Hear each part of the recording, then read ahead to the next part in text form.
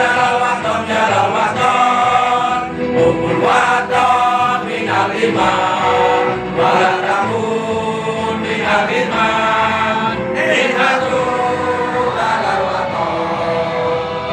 Indonesia biladi anbaru waru kamoma, belum ayati kayawma.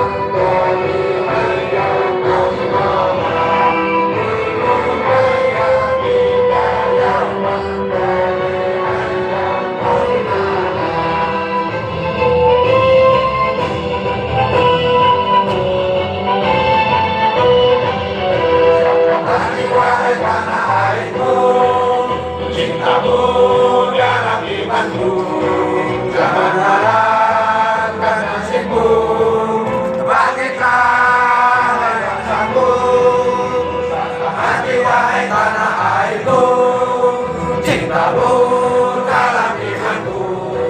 Jangan harapkan nasibmu, bagaikan bangsamu. Indonesia negeriku, engkau siapa datang mengancammu, kan binasa di bawah durimu. Siapa datang mengancammu, kan binasa di bawah durimu.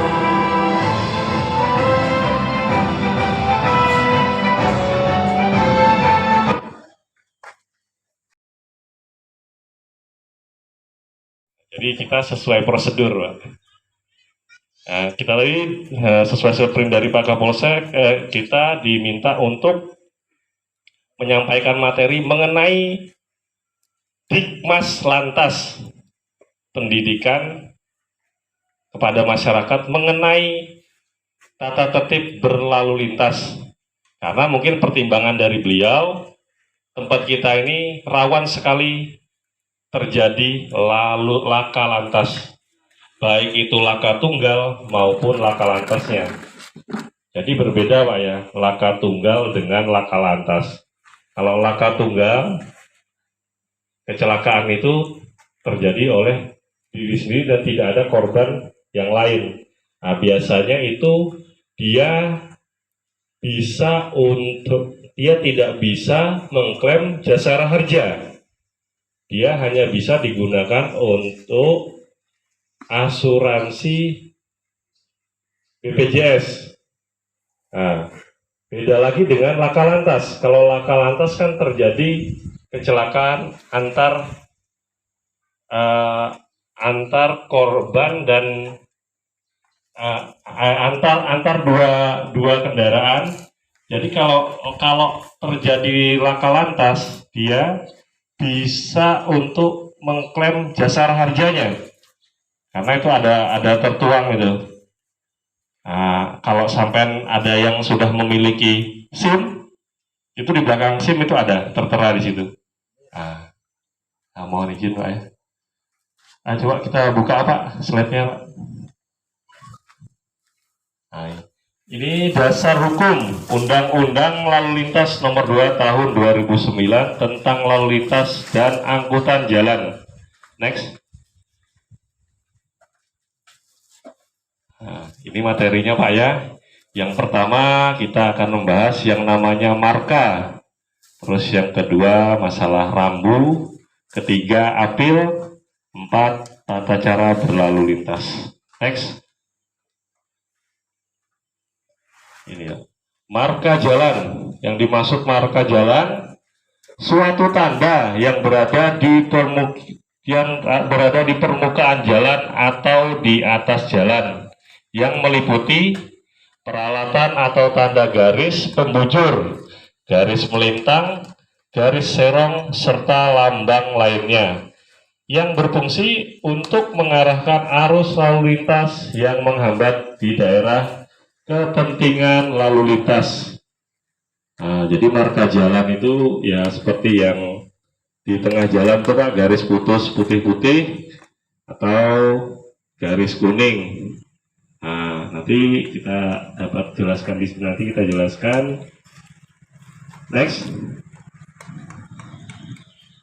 Nah, ini Pak, yang dimaksud marka jalan. Nah, garis putus-putus maupun garis kuning, Pak.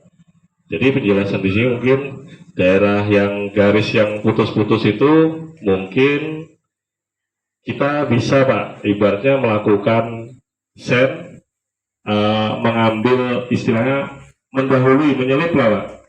Tapi kalau garisnya itu lurus seperti yang di tengah itu kita tidak boleh Pak.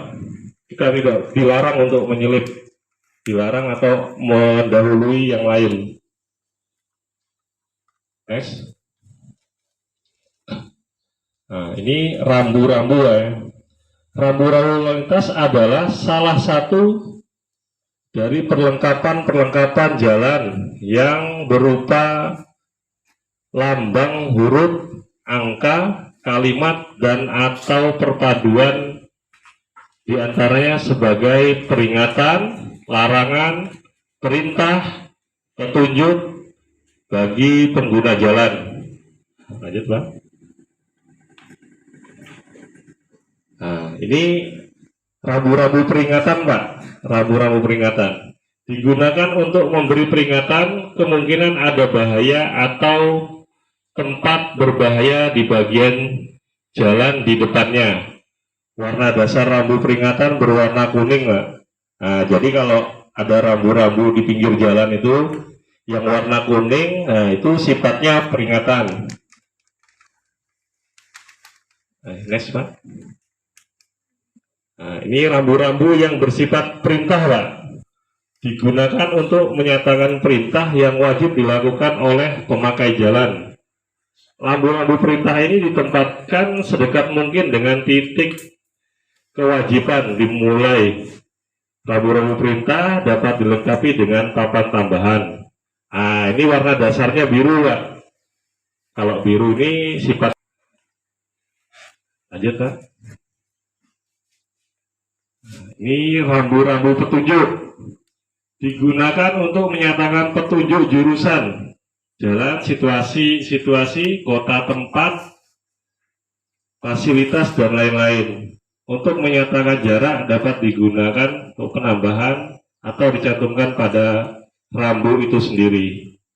Nah, kalau biru petunjuk mungkin kan dari jauh seperti contohnya SPBU, musola, mungkin atau klinik, biasanya seperti itu. Nah, lanjut Pak.